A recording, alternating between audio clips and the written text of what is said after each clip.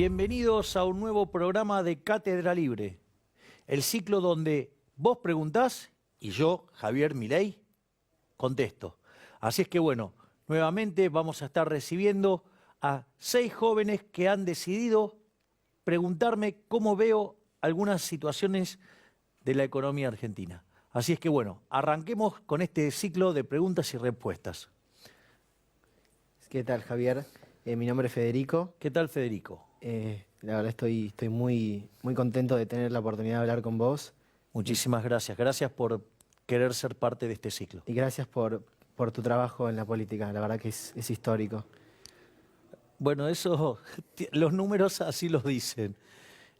Mira, me pasó esto cuando fui a presentar el libro de Agustín Laje, La batalla cultural. Él básicamente lo puso en términos históricos, ¿no? O sea, tenemos que tener en cuenta que lo que hemos logrado el año pasado ha sido interesante, ¿no? Primero porque es la primera vez que llega a un cargo de diputado nacional un libertario, ¿no? O sea, yo soy del Partido Libertario, de hecho soy el presidente honorífico. Y no solo eso, sino que además, nosotros cuando arrancamos con esto, ¿no sabes qué? Nos decían, primero que no íbamos a poder armar una estructura política para poder competir, y de hecho lo hicimos. Teníamos 4 partidos, entre ellos el Partido Libertario, también el MID, UNITE y Jubilados y Juventud, y 17 agrupaciones que nos acompañaron. Por lo tanto, ahí le erraron. Después nos dijeron que no íbamos a pasar las PASO. Logramos pasar las PASOs. Después nos dijeron que íbamos a perder contra el voto en blanco. Después que íbamos a perder por goleada contra la izquierda. Y después nos dijeron que de ninguna manera íbamos a poder conseguir los votos como para poder lograr una banca de diputado nacional y que lo que íbamos a, como mucho, conseguir era 1 o 2 bancas en la legislatura. La realidad es que terminamos sacando el 17% de los votos y eso muy a pesar de la estructura en paralelo que armó el jefe de gobierno de la Ciudad Autónoma de Buenos Aires para tratar de perjudicarnos, aparte dicho explícitamente por la gente que formaba parte de ese armado, y además el continuo desgaste y operaciones mediáticas que nos hicieron a lo largo de toda la campaña y las distintas trampas y las distintas emboscadas a las que fuimos siendo sometidos, pero afortunadamente, contra todo pronóstico, sacamos 17% de los votos, estuvimos al borde de conseguir una tercera banca, 5 bancas en la legislatura que podrían haber llegado a ser 6, y una situación de un crecimiento permanente en todo el país, con lo cual estamos confiados de que si en las próximas elecciones en el 2023 entramos en el balotaje, vamos a tener por primera vez un presidente libertario y va a ser argentino, o sea, voy a ser yo. Así que, digo, más allá de los parroquiales, tu pregunta. Sí, mi pregunta, yo como judío que soy, te escucho hablar de la comunidad y realmente que un candidato a presidente hable así me genera mucho orgullo. Pero siempre me dio curiosidad cómo es que llegaste a la comunidad judía y si se podría saber qué es lo que más te gusta de la comunidad. Bueno, son varias cuestiones. Primero me siento halagado que te sientas muy conforme y confortable con el trabajo que hago, en especial en la parte vinculada con mi relación con la comunidad, una relación que es muy estrecha. De hecho, participo de casi todas las festividades, así es que la disfrutamos, digamos, digo la disfrutamos porque suelo ir con mi hermana, Claro. Así es que siempre estamos juntos y nos suelen invitar y la verdad es que hacemos una redefinición de la agenda para para estar en las distintas festividades. Y mi vínculo tan profundo con la comunidad judía arrancó hace muchísimos años cuando yo daba clases particulares como parte de mis actividades. Yo tenía un alumno que básicamente él quería saber de economía, pero no quería hacer toda la carrera de economía. Entonces me dijo, mira, dame las 4 o 5 materias que sean fundamentales para que yo entienda de qué se trata esto. Entonces yo tomé el desafío, me pareció interesante. Y una de las cosas que me pasaba, obviamente sí, un chico de la comunidad judía, ¿no? O sea, era que yo le daba clases y me hacía unas preguntas tremendas. Pero eran espectaculares las preguntas. Y la verdad es que en esa época todavía yo me dedicaba a escribir cosas para la academia. Ahora ya no lo hago, ahora solo me dedico a divulgar.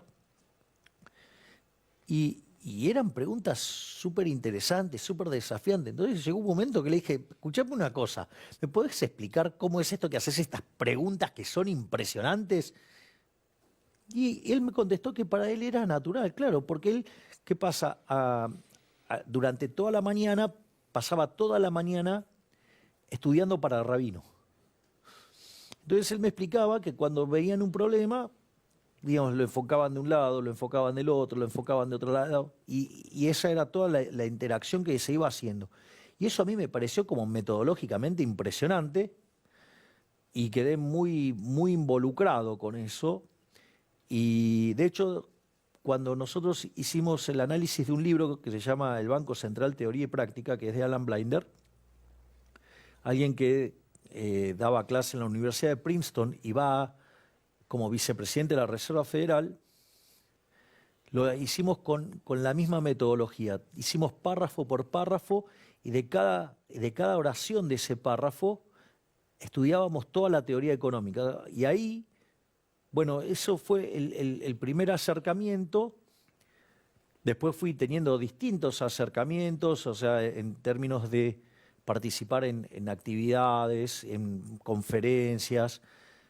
De hecho, suelo, digamos, ser parte de los seminarios que arma mi queridísimo amigo Darío Epstein, que los arma en el Hotel Alvear. De hecho, voy a ser el orador principal del que se va a hacer en el mes de septiembre, que además esos fondos después se utilizan para hacer obras de caridad.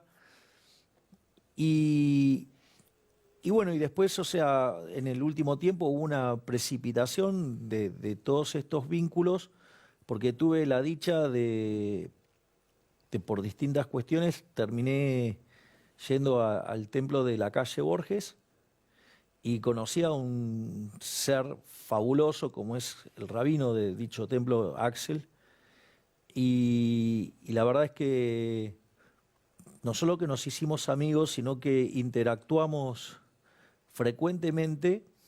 Es bastante desafiante la situación porque me manda un WhatsApp y me deja una pregunta y entonces a partir de ahí empiezo a elaborar, me da 10 minutos para elaborar y después hablamos por teléfono. Y son charlas que son como de 3 horas. Y a mí me genera un profundo crecimiento espiritual. Además me han pasado cosas maravillosas con el seguimiento de la Parashá. La Parashá, para quienes no lo sepan, es el fragmento de la Torá que se estudia cada semana. Y me han pasado cosas maravillosas, de donde lo que se estaba discutiendo en la Parashá de esa semana coincidía con algunos de los temas en los cuales yo estaba involucrado fuertemente. Eso, creo que el caso más emblemático pasó cuando hicimos el primer sorteo de la dieta, y fue muy reveladora la Parashá de esa semana, porque básicamente esa semana se discutía lo que era la 9ª plaga de Egipto, digamos que es Oscuridad. la situación donde Moshe, digamos, o Moisés, levanta los brazos y alumbra a Israel y queda durante 3 jornadas bajo la oscuridad Egipto. Y esa situación genera tantos problemas, o sea, imagínense que durante 3 días no salga el sol. Entonces lleva a la rendición del faraón y los gritos de los egipcios y demás, ¿no? ¿Y por qué es interesante? Porque de un lado estaba la luz y del otro lado estaba la oscuridad. Y fíjense que durante ese periodo salió a la luz todo lo peor de la casta política ladrona que tenemos. Porque fíjense esto, ¿qué es lo que hizo el sorteo de la dieta? Dejó en claro 2 situaciones. Una es que un diputado gana mucho más que lo que gana el argentino medio y el argentino mediano. Y no solo eso, sino que además, a pesar de ello, no pueden justificar el nivel de vida que llevan con la plata que ganan. Por lo tanto, dejaron en claro sus privilegios y dejaron en claro que son ladrones. Y fíjense, si ustedes siguen mis declaraciones, yo decía, dejen que hablen los egipcios, justamente porque estaba haciendo referencia a esa situación. Por lo tanto, la verdad es que es un vínculo que yo tengo muy espiritual, de mucho crecimiento, no solo en lo espiritual, sino también en términos de conocimiento y de cómo plantear los problemas.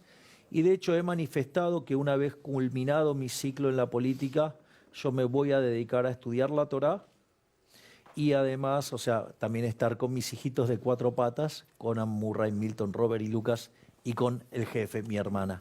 Así es que bueno, hacemos un pequeño corte porque acaba de terminar el bloque y nos vemos en el próximo bloque para seguir con esto que son estas preguntas y respuestas para que ustedes vean cómo la vemos. La verdad que la respuesta de Javier fue impecable, no solo en mi pregunta, sino en todas. Me pareció una experiencia muy grata y les recomiendo, si tienen la posibilidad, que no se lo pierdan.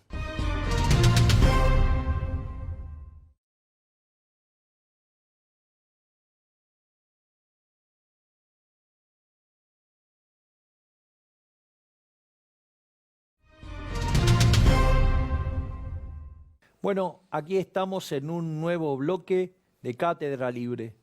Así es que ahora vamos a pasar a la segunda pregunta. Estimada señorita, Buenos días, Javier, ¿cómo estás? Mi nombre es Miranda, ¿qué tal Miranda? es un gusto para mí estar acá. Gracias por estar acá. Mi pregunta es un poquito más económica que la de él, y es si para vos el Estado debe dar un presupuesto para los deportistas que nos representan internacionalmente. ¿Te lo puedo contestar con una pregunta? Digo, siguiendo la ver. metodología y la escuela. La pregunta es, ¿por qué crees, o más fácil, cómo crees que se financiaría eso de financiar alguna actividad o de darle un presupuesto? ¿Cómo se financiaría? No lo sé. Impuestos. Claro, si te Sí, lo va a para- dar el Estado, por decirlo de alguna manera, si esto es un presupuesto del Estado, lo tiene que financiar. Sí, Ahora, las formas en la cual el Estado financia el presupuesto son de distintas maneras. Una es vía deuda. La deuda es absolutamente inmoral, sí. porque implica que para pagar lo que a nosotros nos gusta hoy, por decirlo de alguna manera, o a los políticos, que es peor todavía, vos le estás pasando la cuenta a gente que no vota, a gente que no nació, o sea, podría ser mi hijo, mi nieto, ¿sí? Por lo tanto, es profundamente inmoral ese mecanismo de financiamiento, ¿no? Porque es darle el gusto a alguien y le estamos sacando la cuenta a otro. Es como que yo me vaya de fiesta y te diga, bueno, mira, toma, Miranda, acá tenés, paga la cuenta. ¿Cómo te sentirías?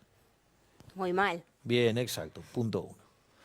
La otra es financiarlo con emisión monetaria.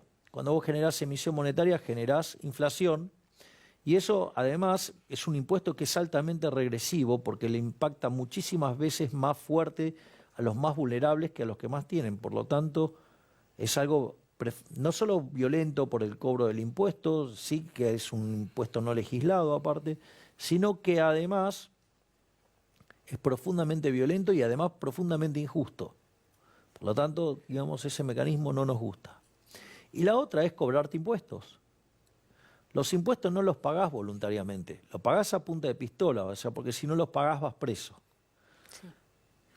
Entonces, en ese sentido yo te diría, mira, la realidad es que si vos querés financiar una actividad, la que fuera, ¿cuál es el problema? El problema es que alguien lo tiene que pagar. No existe tal cosa como un almuerzo gratis. Eso está, digamos, está en la Universidad de Chicago, está, digamos, dice, no hay tal cosa como un almuerzo gratis. Es decir, alguien lo tiene que pagar. Entonces la pregunta es, ¿por qué vos creés que alguien tendría que forzadamente pagar una determinada actividad? Es decir, ¿por qué impondrías una carga a una parte de la sociedad o a toda la sociedad para beneficiar, por ejemplo, a los deportistas? Me parece que el deporte es algo muy importante para los argentinos, en el sentido de que cuando, por ejemplo, en los Juegos Olímpicos, el argentino se une como en el fútbol para ver a los deportistas, y hay muchos deportistas que... ¿Y eso justifica que entonces le robemos a un grupo de los argentinos? No, por supuesto que no. Bueno, los impuestos son un robo, o sea, Tenés nadie los razón. paga voluntariamente. Pero vos fíjate esto, vos me decís, son muy importantes. Sí. Entonces, si son muy importantes, quiere decir que los argentinos lo valoran mucho. Consecuentemente, podrían financiarlo voluntariamente. Es decir, si hay alguien que está involucrado con la cruzada del deporte, podría hacer una fundación, ¿sí? O una organización no gubernamental que reciba financiamiento voluntario por parte de la gente para financiar a deportistas. Y sin embargo ahí vos podrías tener el financiamiento, todos aquellos que quisieran brindarlo lo hacen voluntariamente y con eso vos podrías estar financiando esas actividades, esa o la que quieras. Pero ¿cuál es la gran diferencia? Que vos lo estarías haciendo voluntariamente. Entonces, si vos querés aportar, lo haces. Ahora, si él no quiere aportar, no lo hace. ¿Me comprendés? Sí, Porque claro que sí. a vos te parece, no sé, te gustan los deportes y de repente, no sé, a él odia los deportes. Entonces digo, la pregunta es, ¿por qué me lo vas a sacar? Si yo digo, o sea, que quiero dedicar mis recursos a otra cosa. Eso hay que tenerlo muy presente porque cuando vos cobrás impuestos es un acto violento porque nadie los paga voluntariamente. Hay que tener siempre presente que el Estado es una organización criminal, es una organización violenta, ¿sí? Que vive justamente de una fuente coactiva de ingresos que son los impuestos. O sea, los impuestos nadie los paga voluntariamente. Y de hecho, el Estado es peor que el ladrón vulgar, porque el ladrón vulgar por lo menos da la cara, te enfrenta, corre riesgos. En cambio, digamos, el Estado es un ladrón estacionario, te roba todo el tiempo.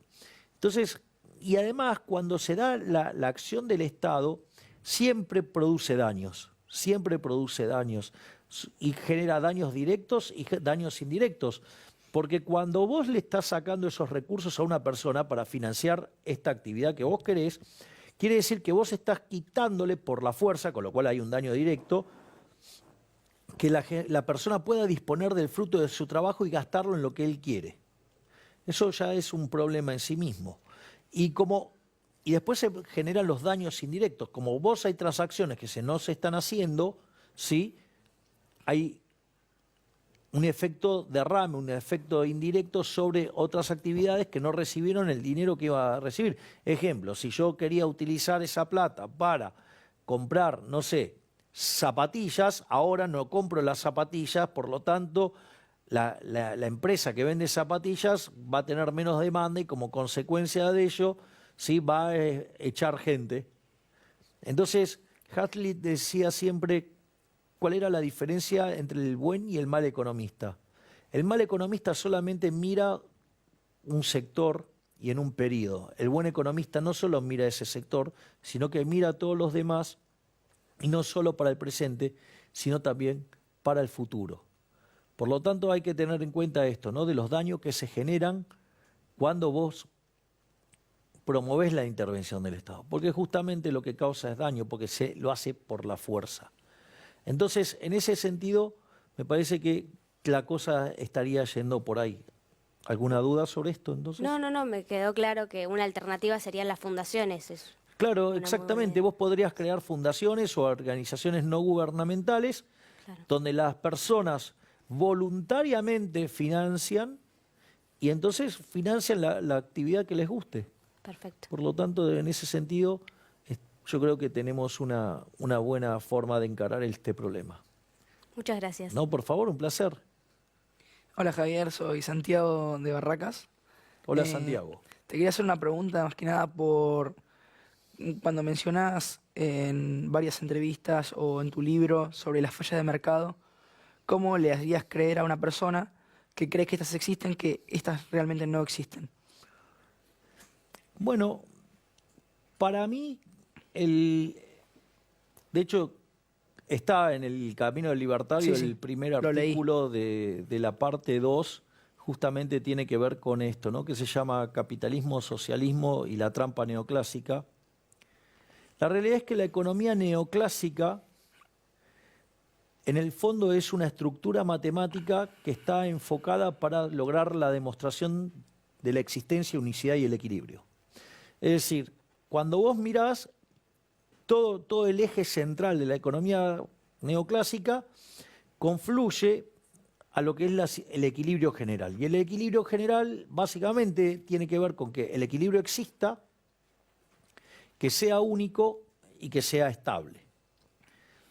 Entonces, para lograr esos resultados en torno al equilibrio, vos necesitas construir una estructura matemática que te permita derivar ese resultado. Entonces, se construye toda un armazón, que esto en términos matemáticos se llama topología,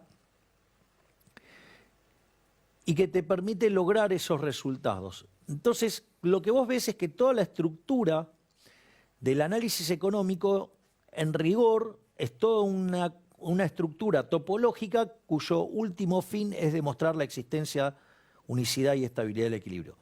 Ahora bien, entonces, una vez que se diseña eso y que tiene unas determinadas, algunas propiedades en términos de bienestar, eso lo que hace es que, y a mí esta me parece la parte más crítica del análisis económico y lo que me parece directamente una locura, es esto de que cuando la vida real no se parece al modelo, lo llamamos falla de mercado. Es decir, en general uno dice que un modelo es una representación simplificada de la realidad. Ahora, si el modelo no explica la realidad, el problema no es de la realidad, el problema es del modelo. Y entonces lo que estaríamos haciendo acá es decir, bueno, como esto no mapea con el modelo, entonces se llama fallo de mercado. A mí eso verdaderamente me parece un disparate metodológico, y ese es el eje central de lo que yo trato de explicar en ese artículo, porque eso además conlleva a la intervención violenta del Estado, y eso, puesto en la dinámica de camino de servidumbre de Hayek, implica que cada vez vas a tener más Estado. ¿Por qué? Porque una vez que aparece el Estado intentando corregir los supuestos fallos de mercado, el resultado siempre termina siendo como mucho peor. Y eso deriva en más intervención. Por eso Milton Friedman, aún siendo un liberal clásico, y no de la línea de Hayek, y mucho menos un minarquista como Mises, y muchísimo menos un anarcocapitalista como Rothbard, él decía, en general, la corrección de un fallo de mercado por parte del gobierno arroja una solución que siempre es peor que la que teníamos originalmente. Y aún no adhería, digamos, a esta... Después Friedman fue evolucionando. De hecho, cuando fue recientemente el debate sobre dolarización que se dio ampliamente, un profesor cometiendo una falacia de la autoridad dijo, pero Milton Friedman estaba en contra de la eliminación del Banco Central y de la banca Simon. es muy interesante porque parece que ese profesor solamente leyó una parte de la literatura de Friedman, porque Milton Friedman en su último libro, Los perjuicios del dinero, aboga por la eliminación del Banco Central. Chan. Estamos para ir a una pausa y seguimos en el próximo bloque. Nos vemos en un rato. La verdad me pareció muy buena experiencia de venir a hacer las preguntas o dudas que nosotros teníamos para Javier. Mi experiencia hoy con Javier fue muy buena, me dejó muy satisfecha su respuesta. Yo era una duda que tenía sobre lo que había leído en el libro, sobre lo que le pregunté, a lo que me quedó muy claro. Su respuesta me sirvió un montón. Era una pregunta que suponía la respuesta, pero me gustó saber la alternativa que tenía Javier. Así que bueno, los invito a que también vengan para quitarse sus dudas y aprender. Me quedé muy contenta con los resultados y la experiencia de hoy.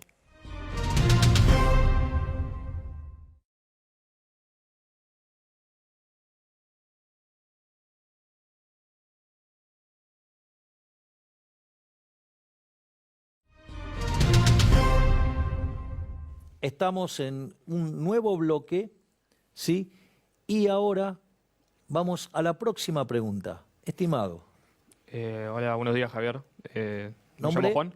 ¿Qué tal, Juan? ¿Cómo Vengo- estás? Bien, vengo de San Nicolás, ahí en Capital.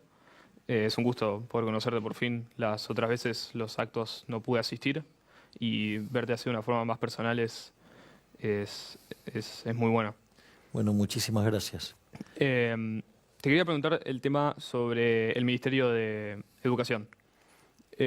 Vos te expresaste en contra de él y dijiste que en tu gobierno no estaría presente. Sobre eso, ¿cómo se manejaría el tema de la calidad educativa? ¿Cómo se manejaría eso? Bueno, ahí hay varias partes. Una de las cosas que yo propuse es volver a 8 ministerios. Básicamente es el Ministerio de Economía, el Ministerio de Relaciones Exteriores, o sea, la Cancillería, el Ministerio de Infraestructura, el Ministerio de Acción Social, que de hecho estos 4 ministerios están trabajando en la sombra, Sí. ¿sí? Que es, porque nosotros nos estamos tomando este tema con mucha seriedad y con tiempo para que, si por esas circunstancias los argentinos decidieran optar por la libertad de avanza, nosotros tengamos las cosas ordenadas para empezar a actuar desde el primer día. Además, dijimos que tendríamos un Ministerio de Defensa por el tema de la defensa exterior, un Ministerio de Seguridad por los temas internos y, obviamente, un Ministerio de Justicia y lo que tiene que ver con el Ministerio del Interior, que eso el Ministerio del Interior lo vas a definir en la última parte, básicamente porque tiene que ver con la estructura política que emergió a partir de las elecciones. Sí. En ese contexto, claramente, no hay ni Ministerio de Salud, no hay Ministerio de Educación.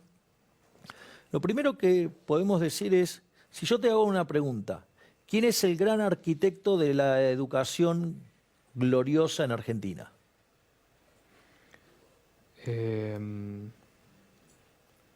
Sarmiento. Domingo Faustino Sarmiento. La reforma que impulsó Sarmiento, ¿alguien sabe en qué gobierno lo hizo? ¿En el de Roca? Exactamente, lo hizo en el gobierno de Roca. Así es, o sea, no lo hizo en el propio, lo hizo en el de Roca. Y hay algo que todavía es muchísimo más interesante, y es que ¿qué cargo ocupó Sarmiento cuando hizo esto? ¿Era ministro? ¿Era ministro de Educación? No, No. no existía el ministro. No existía el Ministerio de Educación. Y sin embargo, dicha reforma entonces pudo ser llevada a cabo aun cuando no había un ministerio. Desde la perspectiva nuestra, nosotros creemos, como creemos fuertemente en el tema del capital humano, y el capital humano tiene 2 dimensiones. Tiene lo que es la dimensión alimentación y lo que tiene que ver con la dimensión educación. Entonces, nosotros lo que estamos haciendo es que tanto el Ministerio de Salud y el Ministerio de Educación sean absorbidos por el Ministerio de Acción Social. Entonces va a haber una parte que se ocupe de la nutrición, es decir, ¿por qué? Porque ustedes, todo lo que tiene que ver el entramado del cerebro se desarrolla en los primeros años de las criaturas. Por lo tanto, hay un rol fundamental que vos tenés que lograr que la nutrición de los chicos sea la correcta, porque si no, no van a poder desarrollarse intelectualmente. Naturalmente, en la misma lógica de ese ministerio va a estar ¿qué? El tema de la salud, porque si vos tenés una población que tiene problemas de salud, tampoco puede trabajar. Otra parte que también es muy importante es que la educación esté integrada con estos dos elementos, o sea, gente, digamos, bien formada desde lo físico y en buen estado de salud para poder estudiar, para poder acceder a los contenidos. Y en ese sentido, después esto queda entrelazado con el tema de los programas sociales, donde entonces ahí vos podés redefinir los programas sociales para que estos sean un elemento de modo tal que vos puedas salir de la asistencia y poder tener la libertad de trabajar donde vos quieras y que tengas las herramientas para hacerlo. Por eso debe ser un área que tenga una profunda relación con el tema de la contención social, que sea una estrategia parte integral de cómo salir adelante de esta situación miserable que se encuentra Argentina. ¿Alguna duda, algo que quieras preguntar más sobre este tema?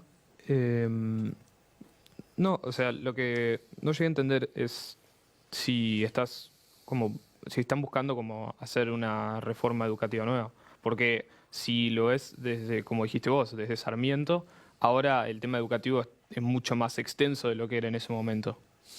Sí, pero la reforma que impulsó Sarmiento hizo que Argentina llegara a ser el primer país que eliminó en el mundo el analfabetismo.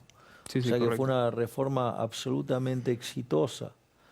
Y la verdad es que todo lo que se hizo en materia educativa después generó muchísimo daño,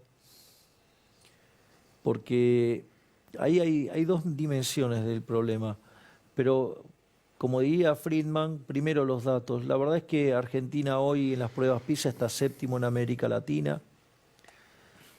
Menos del 1% de los alumnos que participan de esas evaluaciones están en el lote de excelencia. La mitad de los chicos no terminan el secundario. La mitad de los que terminan no pueden leer y comprender un texto. El 70% no resuelve un problema de matemática básico. Por lo tanto, o sea, los resultados, digo, son bastante malos. Sí, por no cada decir- vez van en caída. y cada vez son peores. Entonces, la verdad es que negar que ahí hay algo que anda mal, me parece que es parte del problema y no de la solución. Por lo tanto, desde mi punto de vista, esto no está funcionando. Además, ha sido cooptado por lo que es el marxismo cultural, o sea, o el posmarxismo, y la educación se ha convertido dentro de una lógica gramsciana, un mecanismo por el cual adoctrinar Sí.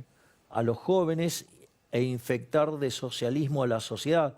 De hecho, una de las cosas que uno tiene que aprender de Gramsci es justamente esto, que decía, para lograr insertar el socialismo en la sociedad, ustedes tienen que ir por los medios de comunicación, por la cultura, ¿sí? Y por la educación.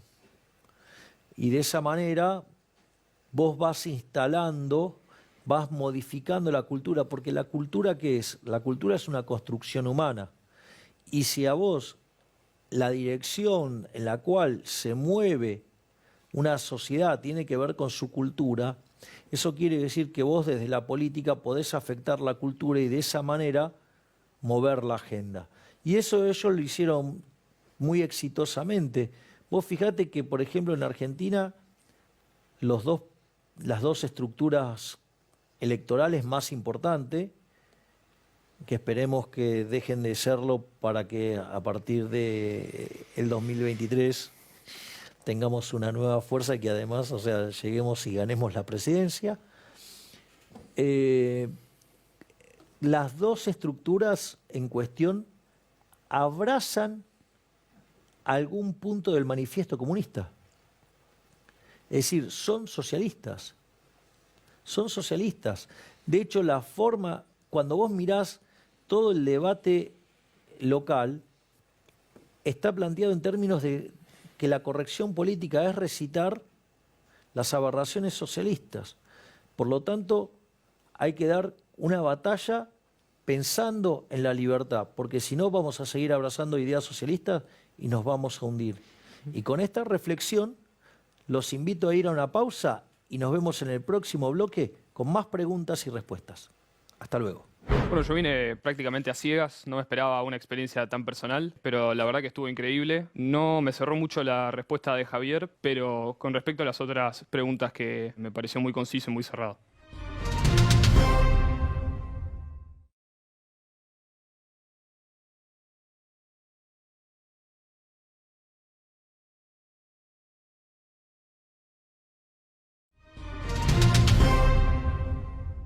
Estamos entrando en el último bloque de Cátedra Libre y vamos a la próxima pregunta, estimado. ¿Qué tal? Buenos días, Javier. Mi nombre es Gabriel. ¿Qué tal, Gabriel? Yo soy de Villa Ortúzar, en Capital Federal.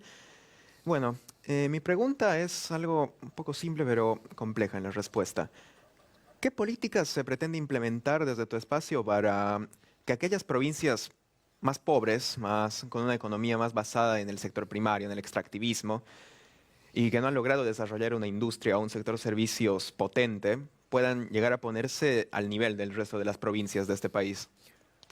Bueno, en realidad ese no desarrollo es como consecuencia de la existencia del Estado.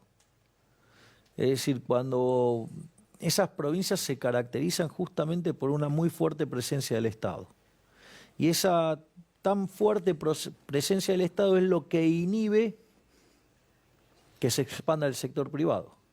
Es decir, la expansión del Estado, digamos, no solo termina exterminando la libertad, sino que obviamente como consecuencia de ello tampoco se expande el sector privado.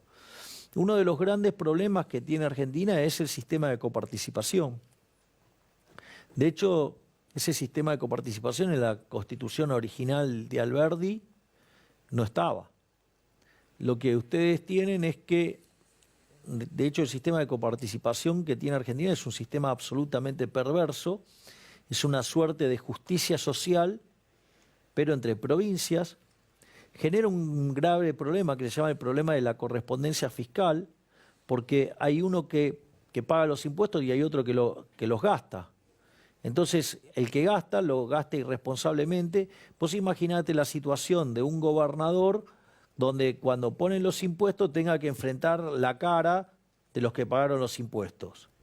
Entonces, cuando quiere hacer cualquier descontrol con la política fiscal, gastando cualquier cosa, va a tener que enfrentar a los que después lo votan.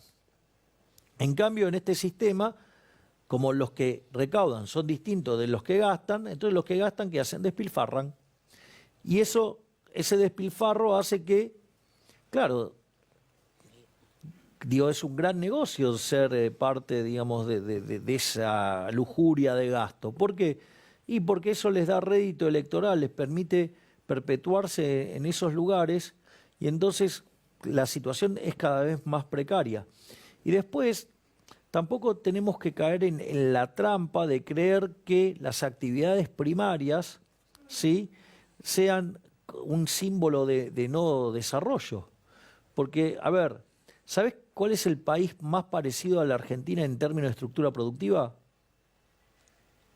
Nueva Zelanda puede ser un ejemplo. Australia. Ok, y sin embargo no son desarrollados. El propio Estados Unidos o Canadá. Por lo tanto, o sea, uno no debería rechazar eso, sino que en realidad lo que tendría que hacer es por una solución libre. Dale libertad y que sean los individuos que decidan qué hacer, que te puedo asegurar que eso nos va a traer prosperidad. Vamos a la próxima pregunta. ¿Qué tal, Javier? Soy Ignacio, vengo ¿Qué tal, de... Ignacio? Soy de Recoleta yo. Yo tengo una pregunta relacionada a un tema que hace un tiempo recibió bastante furor, pero ahora, hace poco, como que está volviendo a la oscuridad, se puede decir. Me gustaría saber tu opinión sobre las jubilaciones privadas y las jubilaciones privilegiadas. Bueno, desde mi punto de vista, las jubilaciones de privilegio hay que eliminarlas. No tienen por qué tener privilegios los políticos. O sea, con lo cual, para mí tienen que ser eliminadas. Bueno, de hecho, yo tengo una posición tan fuerte respecto a esta situación que ni siquiera cobro la dieta. O sea, yo la dieta la devuelvo a los pagadores de impuestos que se les sacó por la fuerza. Y obviamente que los más allá de la discusión si es privada o estatal, yo no creo en los regímenes de reparto. De hecho, los regímenes de reparto fueron creados como una estafa, porque dado el momento de la transición demográfica, ¿qué pasó? Cuando hicieron los sistemas jubilatorios, ¿qué pasa? Eran más los que te ingresaban en el sistema que los que tenías que pagar. Entonces eso generó una gran cantidad de recursos que les permitió a muchos gobiernos hacer enormes desastres. Y es la consecuencia, o sea, el sistema de jubilación de reparto es una gran estafa piramidal. Entonces, ¿qué hicieron? Con todos esos recursos que recibieron originalmente, mientras que generaban un pasivo de largo plazo, se derrocharon ese dinero para hacer políticas populistas o políticas socialistas o políticas que verdaderamente terminaron complicando la situación de los jubilados presentes. Entonces, en ese contexto, lo mejor que vos tenés es un sistema privado, donde vos te haces cargo, ¿sí?, de tu propia jubilación haciendo vos tus propios aportes. Eso no quiere decir que cuando se hizo en Argentina el sistema de las AFJP se haya hecho bien. En realidad tenía fallas de diseño y esas fallas de diseño tenía que ver con que las propias AFJP eran también un negocio de los bancos. Entonces esa situación generó las bases de lo que fue después la eliminación del sistema de jubilaciones y pensiones en Argentina, que de hecho, a pesar de eso, de los problemas que tenía, cuando se le dio la opción a los argentinos si querían volver al régimen de reparto o seguir en las AFJP, durante el gobierno de Néstor Kirchner, por amplia mayoría, más del 90% de los argentinos querían seguir con el sistema privado. Entonces, como no consiguieron el resultado que querían, después lo hicieron por la fuerza. Por lo tanto, la realidad es que lo mejor que podés tener es un sistema de capitalización donde vos además sos responsable de tu ahorro y del manejo de tu ahorro. Y no que a vos te hagan ahorrar compulsivamente y que ese ahorro lo maneje un burócrata que lo último que le importa es cuál va a ser tu jubilación. Sino lo que más le va a preocupar es ser funcional al político que trabaja para que seguramente ganar la próxima elección. Y vos, nada, te vas a enterar dentro de 20, 30 o 40 años de que has sido estafado. Dado esto, si ustedes quieren, podemos hacer algunas preguntas más hasta el cierre del programa. ¿Alguna inquietud que les haya quedado? No tengo problema de contestarles. A mí me gustaría hacer una pregunta con relación al empleo. ¿Le parecería correcto tener un sistema de seguros de desempleo como existe en Estados Unidos? Eso es a lo que deberíamos ir. Porque justamente todas las regulaciones que tenemos hoy es como una suerte de seguro de desempleo, pero inválido. Porque, ok, no echás a nadie, pero tampoco creás un solo empleo. Si vos mirás el trabajo del sector privado, ¿sí?, está clavado en 6 millones de personas desde el año 2011. O sea, hoy siguen siendo lo mismo. O sea, no echaste a ninguno, pero no creaste un solo empleo. Pues esto es como lo siguiente. Suponete que vos tenés mucho miedo cuando salís a la calle. Entonces, bueno, vos podés blindar tu auto, podés tener doble airbag, podés tener triple cinturón de seguridad, lo que quieras, de 200.000 dispositivos. O sea, pero eso es, dada tu aversión al riesgo, vos decís cómo cuidarte. Acá en realidad la solución que hay en Argentina es como que cuando vos vas a salir a la calle, les prohíbas a todos los argentinos salir a la calle porque vas a circular vos. Y es un disparate, ¿qué va a generar? Y va a generar un daño enorme. Bueno, el mecanismo en Argentina está generado de esa manera. para proteger a los trabajadores, en realidad lo que se está haciendo es crear un montón de restricciones. ¿Y eso qué hace? Afecta la señal de precio del mercado y no se crean puestos de trabajo. Entonces, justamente, cuando nosotros hablamos de la reforma laboral, es salir de este sistema, sí, lleno de regulaciones que impiden la creación de empleo, para ir que justamente un seguro de desempleo. ¿Para qué? Para que la señal de precio esté limpia y de esa manera vos puedas crear nuevos puestos de trabajo. ¿Otro que tenga preguntas? Bueno, yo tengo una pregunta. Como se habla de educación acá, me gustaría saber cuál es la posición que tienes acerca de las ideas de la educación en libertad de algunos pedagogos como Alexander Neil, por ejemplo, en Gran Bretaña, que es el creador de la escuela Summerhill, o viniendo un poco más cerca, Paulo Freire, yendo un poco más lejos, García Ferrer y Guardia. En realidad, si fuera con una concepción liberal, la verdad es que lo ideal es que vos elijas la calidad de la educación, o sea, como cualquier otro producto, o sea, por eso yo soy partidario del homeschooling, ¿me entendés? O sea, que vos, digamos, y vos fíjate que vos podrías aproximar eso aún con el sistema que tenés, porque vos tenés la posibilidad de rendir libre. Entonces, si a vos no te gusta cómo están educando a tu hijo, ¿sí? Vos podrías formarlo vos y que después vaya y rinda todas las materias libres.